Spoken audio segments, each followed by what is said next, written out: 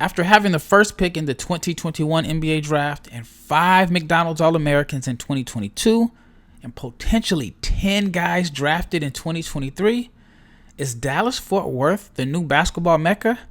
I make a case for it here. Stay tuned.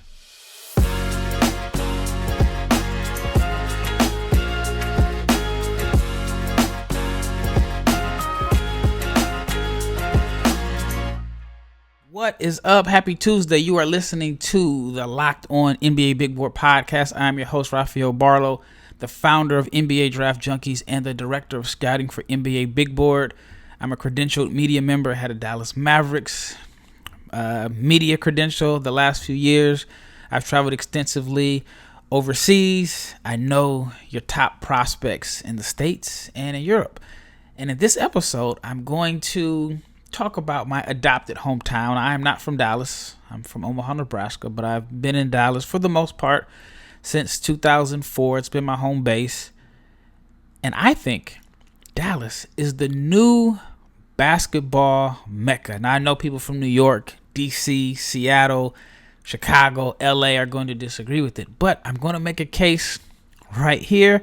All right, but before I get into this, what you may say is biased, this biased episode, I wanted to thank each and every person for making Locked On NBA Big Board your first listen of the day. I appreciate it. I know the rest of the Locked On NBA Big Board staff appreciates it too.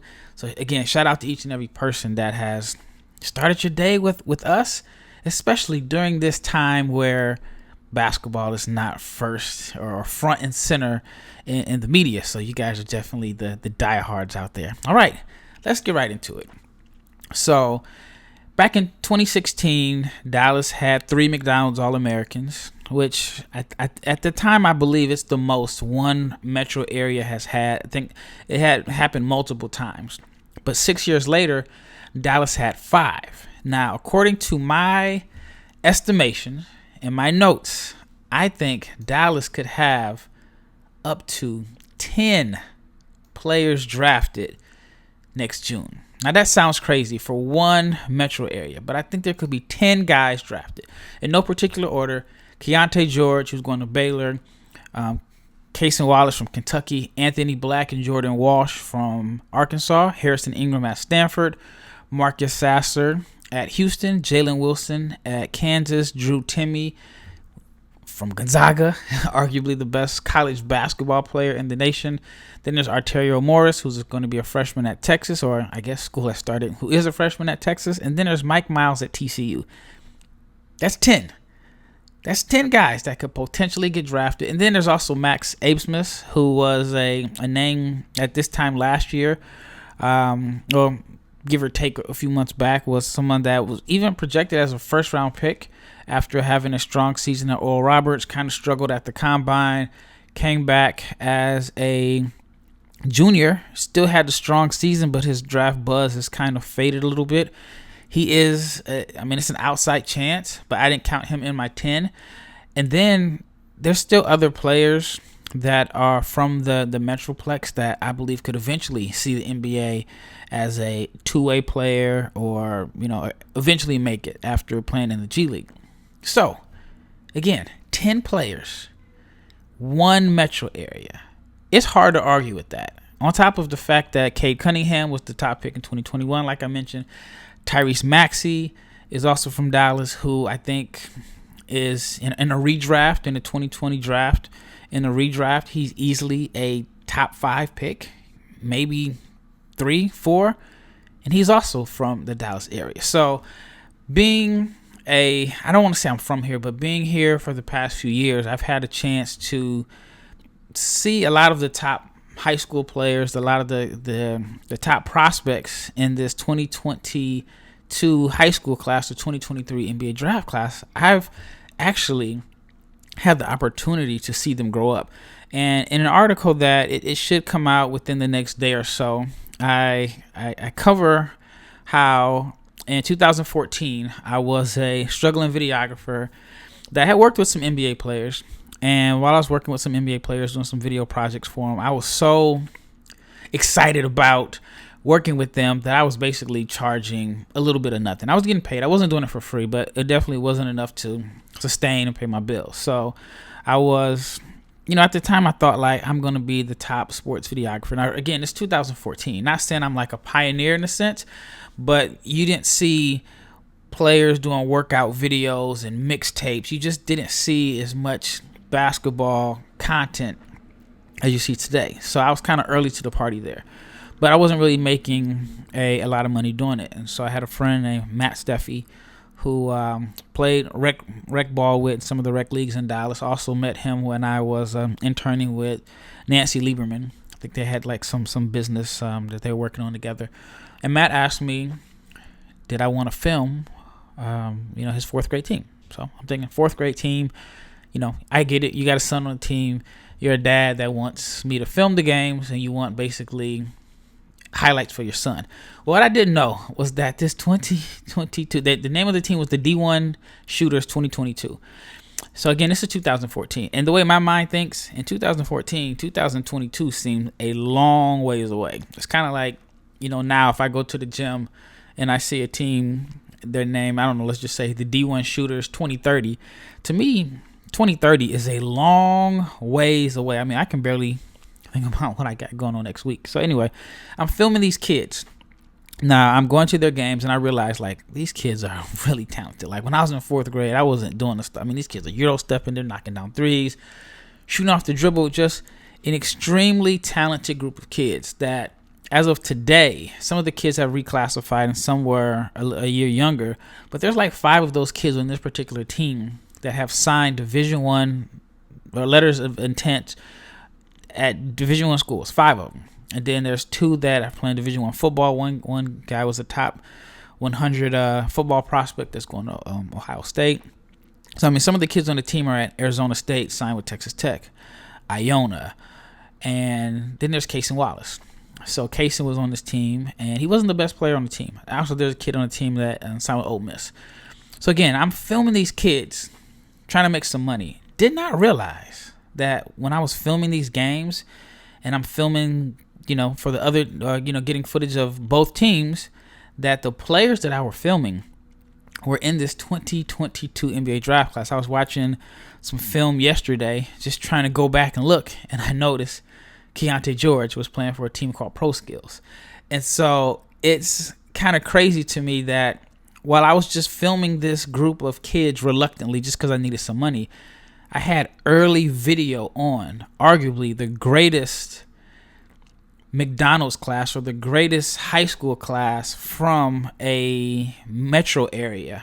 And at least recent memory, I mean, 5 McDonald's All-Americans is crazy. So that's why I think Dallas is up and coming. All right, before I get into why I think Dallas is the basketball mecca, I'll get to that in the next segment, but I want to talk to you about Rocket Money. Now, I know there's like this script that I'm supposed to read, and I'll get to it, but I honestly have signed up for Rocket Money, which is known as Truebill, and it has tremendously helped me as far as paying some extra subscriptions that I forgot about. Like an example was when I was staying in Europe this past year, I had I think ESPN Player, which gave me access to different ESPN events because I'm trying to watch ESPN.com on my computer or my phone while I'm in Europe. You get a totally different site. So I was paying like $12 a month. Totally forgot about it, and I was able to cancel it because again I was paying $12 a month for a subscription that I was not using because when I'm in the States, as soon as I turn on, ESPN or go to ESPN.com, I can watch the game. So that was one example. And then they told me that my cable bill, my AT&T bill, was extremely high, and they were able to negotiate it. So I am a big time believer in Rocket Money. And for you, for example, if you keep saying that you need to make a budget but never do it, if you somehow keep missing credit card payments or you're afraid to look at your bank statements, I've been there before. This is the time to take back control of your financial life and meet Rocket Money, which is formerly known as Truebill, and it is the best financial app out. Are you sick of managing your finances with buggy spreadsheets, or are you having inbox overflowing with bills, or again, you just don't want to check your bank statements? So you're wondering, why did Truebill change its name to Rocket Money? I'll tell you what I heard. Truebill, which is now backed by rocket companies, has grown from a bill management app into a full-on personal finance empowerment tool that helps over 3.4 million people with budgeting, lowering bills, canceling subscriptions, and more, saving each of their members an average of $700 a year. And with all that growth comes the next evolution in Truebill's story, which is a new name. Bottom line, Rocket Money is everything I've loved about Truebill with a fresh look and feel. So start canceling your unused subscriptions and save money at rocketmoney.com/lockedonnba. That's rocketmoney.com/lockedonnba. Or you can download the app from the Apple App Store or Google Play. Again, I am a believer in Rocket Money. I still want to call it Truebill, but I'm a believer. All right, once again, you are listening to Locked On NBA Draft, and this is Rafael Barlowe, the director of scouting for NBA Big Board and the founder of NBA Draft Junkies.com. And I just want to get into some reasons why I think that Dallas-Fort Worth is the next basketball mecca. All right, one reason, and it's a major reason, is Dallas is a huge metropolitan area.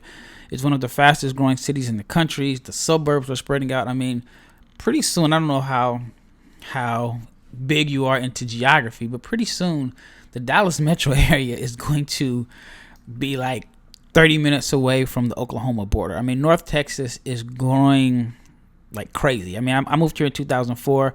Of course, Dallas has always been a big city, but just seeing the expansion and the growth, and you have all of the people moving here from different parts of the country and even the world. So one, Dallas has the population. Two, Dallas has the best facilities. Now, when you think of Dallas, you probably think of football, and or even when you think of Texas, you think of football. And some of the craziest high school football stadiums that I've ever seen. I mean, some of these high school stadiums here look better than small colleges. And even like living in Europe, I mean, the high school gyms here are better than some of the arenas that teams play in. So Dallas has the facilities, which I think is very important. One facility that comes to mind is Drive Nation. Jermaine O'Neal has a Nike EYBL team called Drive Nation. He has his own facility, which is, I mean, it is crazy, state of the art. Then there's this other place that's kind of low key. It's called The Ranch. And I can't, it's in Fort Worth. I can't remember which NBA team it is, but it is like an exact replica of an NBA team's practice facility. It has bunk beds. I mean, it is crazy. And it's on somebody's land in a ranch. And then there's just different places, schools, like in the different suburbs, the schools have multiple gyms. So facilities are here. And some of the best trainers have built their own facilities. And so with the facilities, you have two of the top skills trainers in the country, and Tim Martin, who's very well known. Some of Tim's clients are Trae Young, Tyrese Maxey, PJ Washington. These are all players that he had as kids before they kind of blew up nationally. And then there's Tyler Ralph. Tyler made a name for himself years ago, training Julius Randle, and then he has pretty much all of the top players in Dallas area. If they don't go to Tim, they go to Tyler. Sometimes they go back and forth, and those guys are good friends and have collaborated and worked together before. So like when I go into, a gym with Tyler, for example, it's nothing to see Julius Randle in there. You may see Seth Curry in there. You may see Dorian Finney-Smith in there. I've seen him work out Patrick Williams. I've seen him work out OG Anunoby. I've seen him work out so many different guys, but then some of the high school players are in those workouts, working out with these high-level pros, and they're getting experience. And then even this past summer, Tim Martin had Drew Timme. He had John Montero, Mike Miles. There's just quite a few guys that were in the 2022 NBA draft are working out with Tim. And Tim is also Victor Wembanyama's trainer. And Victor was here in Dallas for a couple weeks back at the end of July. And Tim often goes back and forth between Paris. So you have great trainers here. There's a few other guys that I could mention. You got Terrell Harris, who was on he was on one of the Miami Heat championship team. I think it was the first one they won with LeBron. He has his own skills academy, which one of his clients is Casey Wallace, who happens to be his cousin. Then there's just a few other guys that are doing really good work. So Dallas definitely has the trainers.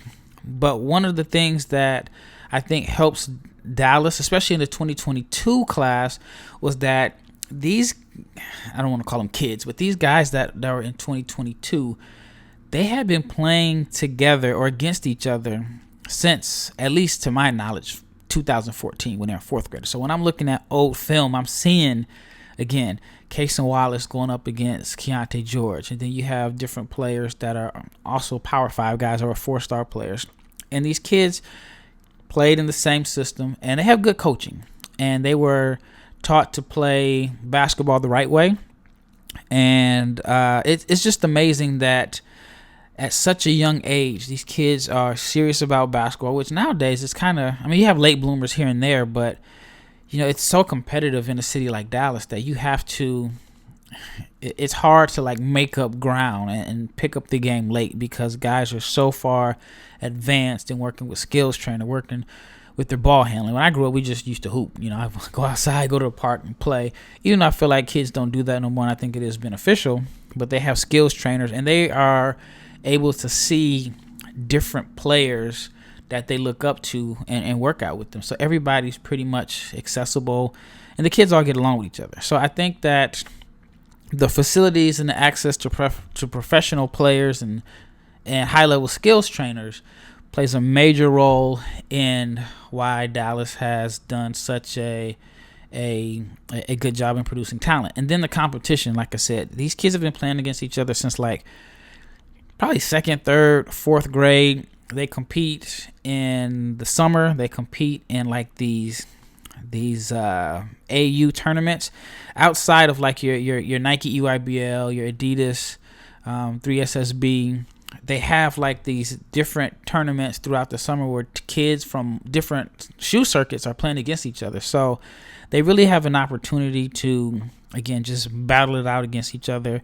And the competition definitely makes each one better. So just going by some of the names of players from the Dallas area. Now, again, I know there's other cities that have strong, I don't want to say alumni, but they have strong natives in the league. But just going by Dallas, at one point, Dallas had LaMarcus Aldridge, Deron Williams, and Chris Bosh. So Deron Williams and Chris Bosh were two teammates on I think it was the Redeem team. So you had one city that had two Olympians, and there's only like 12 guys that make the Olympic team. Then you have Julius Randle, you have Marcus Smart, you have, like I said, Cade Cunningham, Tyrese Maxey. Going back, you got guys like Spud Webb, Dennis Rodman, Larry Johnson, Kenyon Martin. I know I'm probably leaving off some names. So Dallas has a track record of developing talent. But now with this new wave of players, I think it's exploding. And I think the future is even getting brighter. All right, so when we return, I'm going to I'll give you a brief summary of some of the 10 players who I mentioned earlier that I believe have a possibility of being drafted. All right, once again, shout out to each and every person that has made this Locked On NBA Big Board podcast your first listen of the day. Now I'm just going to give you a brief summary of a few of the players or of the 10 players that I think can get drafted. Now, this is in no particular order. You have Keontae George, who is a freshman at Baylor. He is an exceptional scorer. I'm very, very high on Keontae, and it's not that I'm being biased. I've liked him for a while. The first time that I recognized seeing him play, now looking back at some old film, I see him when he was in like fourth grade, but the first time I really recognized him was his freshman year. He's from an area called Louisville, and he was just far advanced for a freshman. I remember tweeting that I think he's wasting his time in high school. I think he should probably go overseas and kind of learn that system and learn how to play off the ball in the right way, because I thought at the time that he was so good and so much further along than his peers that he could potentially develop some bad habits because everything came easy to him. Well, I was wrong about that. I mean, I still think that having a balance between playing the team ball in Europe and the individual style of play in the States can be beneficial, but he's maintained the hype and the expectations, and I'm looking for him to have a strong year at Baylor. I don't think he's going to have like crazy stats because Baylor has 2 good guards returning, but I think that if he can show some point guard skills, more point guard skills, then I think he could really position himself as the top 5 player. I know somebody has mentioned that Keontae is similar to Jaden Hardy, and I can see the similarities. I think Keontae may have a little bit better grasp of being like a lead ball handler.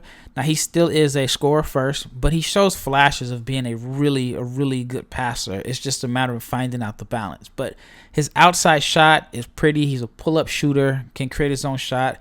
I mean, he's one of these guys that whenever he shoots it, you think it's going in. So, Keontae George at Baylor, who I think has a chance to be a top 5 pick. Then there's Cason Wallace. Cason, it's funny, and I'll talk about it more in an article that's coming out on NBABigBoard.com. Shameless plug. But when I was watching Cason as a 4th grader, he played the 4, and he was tall for his age. But it's kind of interesting how like for example, he was playing the 4. He was taller than quite a few of the players on his team, and now some of those guys are 6'6", 6'7", have passed him up. So luckily for him, even though he was tall, young, and kind of playing the 4, he always had guard skills. And he was a player that even when he was in 4th grade, he was a very good defensive player. He could pass, he could score. He just had like this impact on his team. And that D1 shooters team, I think they won nationals in like 2014. I mean, they traveled all over the country and they were winning. Obviously, they had 5 Division I players, so they were very talented.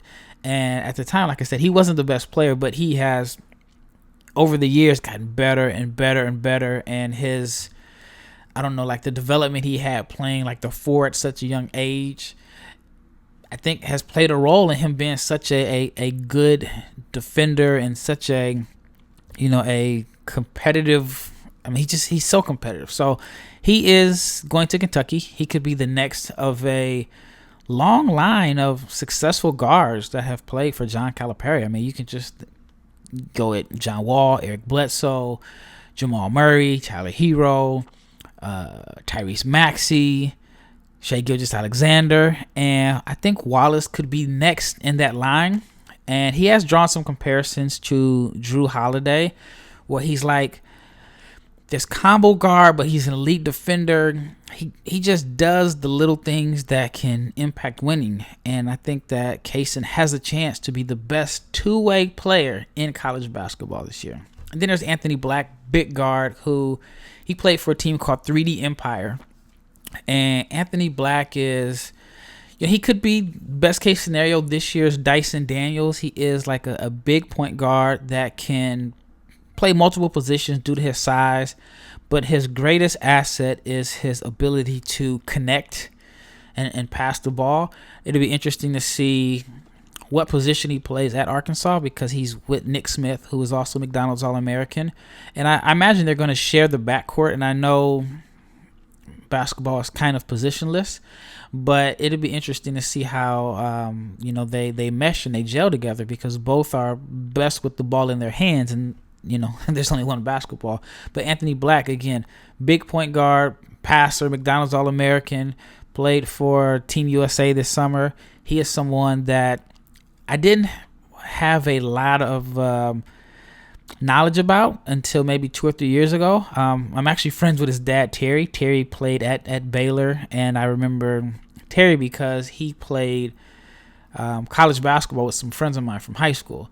Then there's Jordan Walsh, and I've seen Jordan Walsh work out numerous times a couple summers ago. I want to say it was 2020. He had worked out with some guys that I'm good friends with, and that I train also.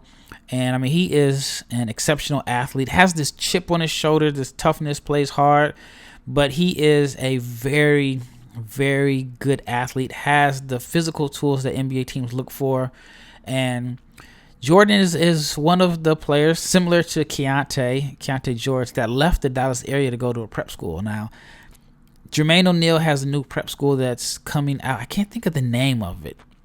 Supposed to start this fall. And the goal is to keep some of the local Dallas talent in Dallas so they don't have to leave and go to different prep schools or leave the city. For example, Keontae went to IMG. Cade Cunningham went to Mount Verde. You can go back as far as like PJ Washington. He went to Finley Prep. There's a few other players that have left the city. So Jordan Walsh went to Link Academy. I think it was their first year, and they played a national schedule. He really made a name for himself. And I have some footage. I need to go back and find it. Just some AAU footage from Jordan a few years ago. Then I filmed a workout. He's the one I'm looking forward to seeing. Then there's Harrison Ingram, who played for Team USA Under-19 last summer. Flirted with the NBA draft this year. He's at Stanford. He is kind of like the epitome of positionless. He's built like a power forward, but he is a natural passer and playmaker. Very, very gifted and skilled. There's some that have some concerns about his athleticism. He's not like this freaky, bouncy athlete, but he just has a bunch of different skill sets that are valuable that would fit in today's NBA.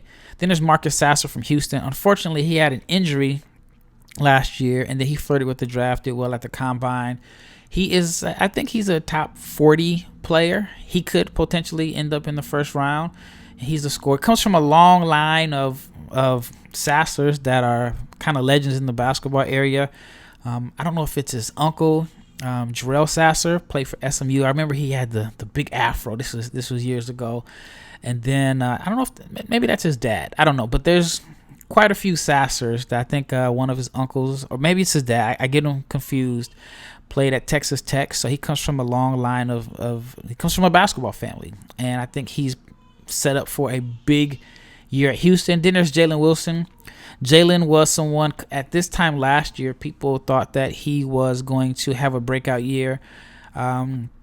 Got off to a difficult start last year and then didn't really capitalize on the hype that he had after his redshirt freshman year.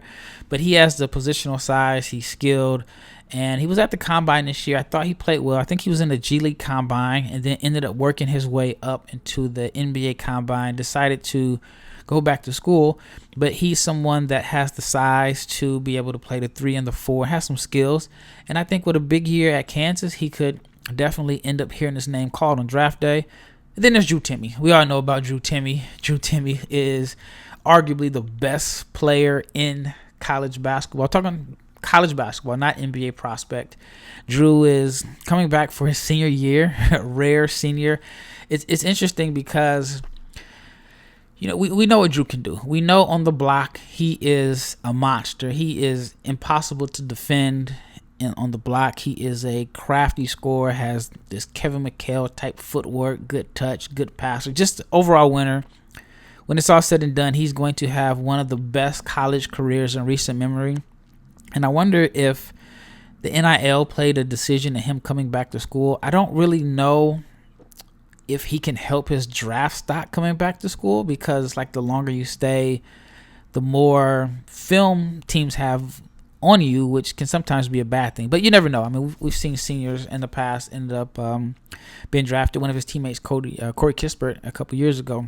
But for Timme, I'm sure. Well, let me say this. I'm assuming that with his personality, his style of play, and just his track record, I'm assuming he's making big money in the NIL, which probably played a role in him deciding to come back to school. Now, on one hand, I feel like he probably can't help his draft stock by coming back to school. On the other hand, I do think that there are some areas, one major area that he can improve on that could help him, and this is outside shooting. He is a guy that I thought from his freshman year to sophomore year, he would make the jump as a shooter, and he really hasn't. But I've seen him play pickup this past summer, and the shot looks a lot better. He really shot the ball well at the combine from 3. I can't remember the numbers off the top of my head, but I think he shot over 40% from 3 at the combine in multiple games. So, like I said, on one hand, I think he can help himself, but on the other hand, I think teams already know who he is. And the biggest concern is not his offense, but who does he guard on the defensive end? And even though they're not the same player, he's going to be compared to Luka Garza, who's a great college player, who is, a fringe NBA player at this point, even though he's done the necessary things he needs to on the offensive end to stay. The biggest concern is on defense. And then there's Arterio Morris, who was the 5th of the McDonald's All-American. He's going to Texas. I had a chance to watch him play this past season. I spent the majority of the year in Europe, and then I came back home, I guess to go to some doctor's appointments for my wife before we had our son. And then I went to some high school games. And Arterio is the epitome of an explosive athlete. I watched him play the year before when he played against Keontae George. And he's just a guy that, he impacts and changes games just off his energy and his athleticism. He's tougher than everybody else on the floor. He's like this exceptional athletic shot blocker. And I think that he has the physical tools and the athleticism that teams like. Now, he's in a situation at Texas where he probably may not start as a freshman, but I think that, if he knocks down open shots and shows, some of his defensive capability as far as being like this wing shot blocker and athleticism, I think there is a team that will give him a shot. And so Arterio Morris at Texas is someone that I'll be definitely checking out. And then there's Mike Miles from TCU. And Mike first came to my attention, speaking of Dallas youth basketball, he's probably like a 3rd grade, maybe even 2nd grade. Like, he had this video that went viral on YouTube. It's probably up to like 5 million views now. And I remember watching it in China, and some Chinese players that I was, associated with, they were asking me, did I know him? And I'm like, I don't know. And they're showing me the video. I'm like, oh, that is Dallas. And he was just so far advanced at such a young age. And he was a YouTube legend. It's a Ball is Life video. Check it out, Mike Miles. But if you watch that video and you pay close attention, Cade Cunningham was his teammate. So it just shows how much talent is here in Dallas. And then Mike, I felt like with Mike, he was a legend at such a young age.